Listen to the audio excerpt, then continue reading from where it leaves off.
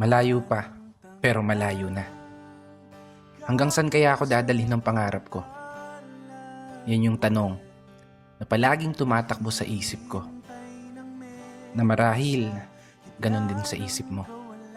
Kasi kung titignan mo, kakaiba talaga yung ginagalawan nating mundo.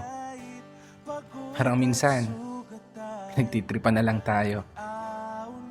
Paikot-ikot na lang yung sitwasyon na paulit-ulit kang natatalo.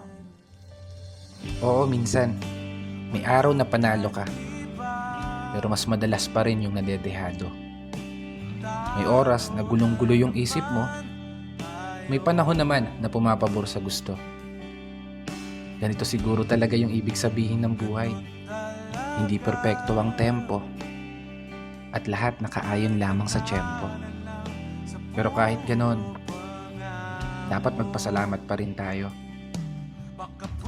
Kasi isipin mo naman, sa likod ng napakaraming beses na pagkatalo mo, eto ka pa rin, nananatiling nakatayo, sinusubukang ipanalo.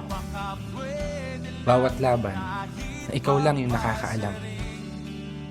Mga pagsubok na araw-araw mong pinipilit lampasan, na sa bawat pagpihit ng kamay ng orasan,